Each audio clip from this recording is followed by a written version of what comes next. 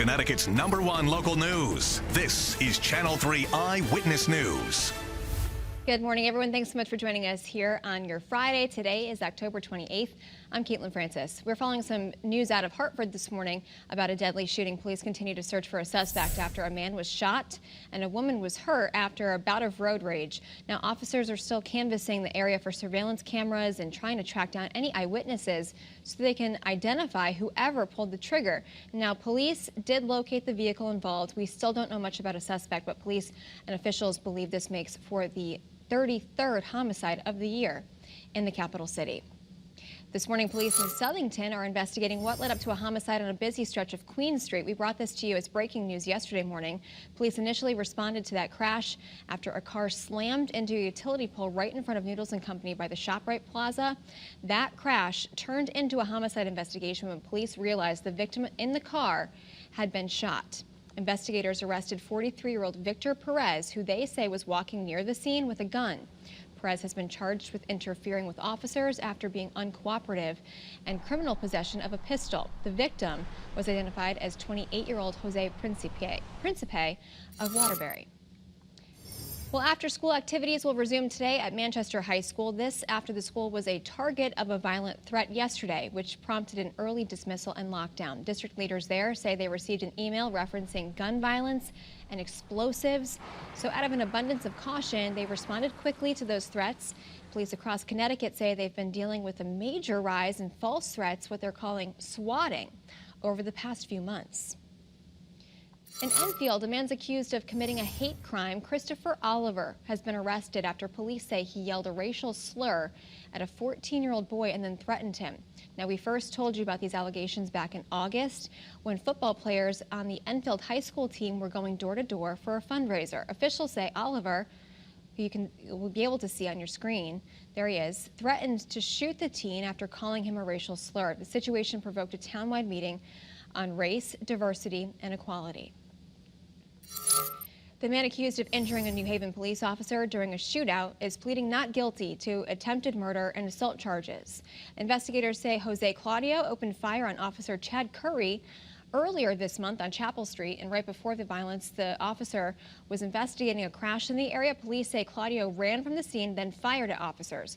Police say Claudio shot Officer Curry twice, once in the shoulder and the ear. Incredibly, though, Officer Curry has been treated for his injuries. He's expected to make a full recovery.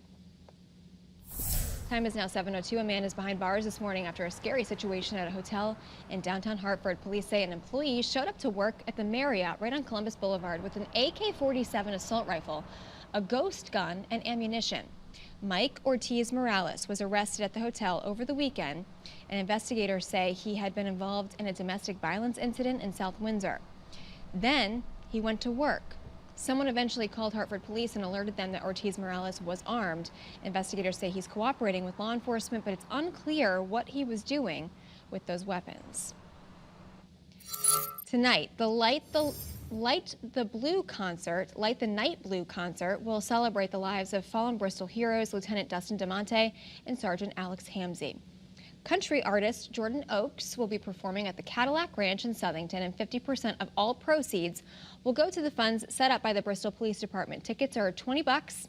They are still available. You just head to caddyranch.com. You can also get that link up on the WFSB website or the Channel 3 app. Doors open tonight at 6 o'clock. Scott? All right, you going to that?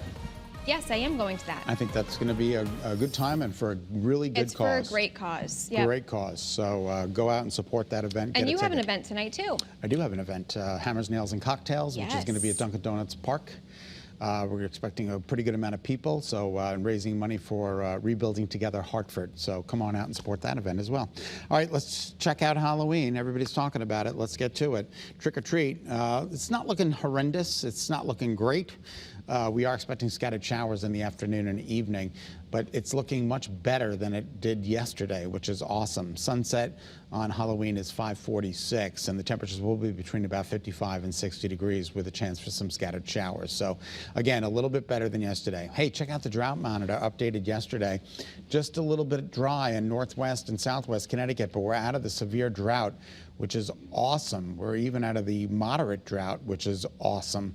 So, and look at no drought at all for portions of Hartford, Tolland, Wyndham, Middlesex, New Haven, and New London counties. We've got some better news there for you. All right, our Doppler scans the state dry. Good morning, everybody. Visibility at a perfect 10. No rain, no fog. You are good to go on the roads this morning. Just keep your speeds down. And sun glare will represent a little bit of a problem. Satellite and radar confirms there's not a lot going on out there. We have a little bit of cloud coverage headed in our direction, so we'll call it mostly sunny to partly cloudy by later on this afternoon. If the kids are getting on the bus right now, get on the bus. Don't be late for the bus. They will need a sweatshirt or a jacket. It's a little chilly out there this morning. Lunch and recess will be around 50, 53 degrees, and then for the ride home, we'll achieve a high of about 57 degrees, and that's a little bit cooler than where we were 24 hours ago. Look at Winstead. Whoa! 31 degrees this morning. Whoa, whoa, whoa. 33 in Willington. Chilly. East Hartford at 40, West Haven at 41. The typical overnight low is 39. So we're doing a little bit chillier out there in some towns. Here's Futurecast, bringing in a little bit of cloud coverage through the day today. So we'll call it mostly sunny to partly cloudy. Tonight will be partly cloudy. And then tomorrow is an exceptional day of weather with mostly sunny skies. Temperatures right around 60 degrees, a classic fall day here in Connecticut and throughout New England. What a day it's going to be. All right, here are your temperatures. 34 now in Willimantic. That keeps going in the wrong direction. Mid to upper 30s, northwest, southwest Connecticut. Low 40s elsewhere. So we're pretty much averaging that 39 degrees. The winds are still sustained 6 to 17 miles an hour with some higher gusts. That wind will subside during the day today as high pressure moves directly overhead. All right, Waterbury, 38. Look at that skyline. Isn't that spectacular? Beautiful. Just enough cloud coverage in Hartford to make for a beautiful start. We'll take you right now to Mystic. Got a couple of people out there getting their early morning walk in. Hello, people. And we'll take you right now to New Haven, 44 degrees. Look at Old Saybrook. Isn't that gorgeous? I could just look at that all day. All right, here are your headlines. Mostly clear to start, mostly sunny today. The weekend looks good. We're talking about temperatures today in the mid-50s. And then your 7-day forecast shows moderation after a very chilly night tonight. Moderation for Saturday and Sunday. Monday, a chance for some scattered showers in the afternoon and evening. Tuesday, Wednesday, Thursday look good. Kate, 7:07 is now the time. All right, thanks, Scott. And thank you so much for tuning in here to Eyewitness News. Remember, you can get your news and weather updates anytime on the Channel 3 app. Have a great day and a wonderful weekend.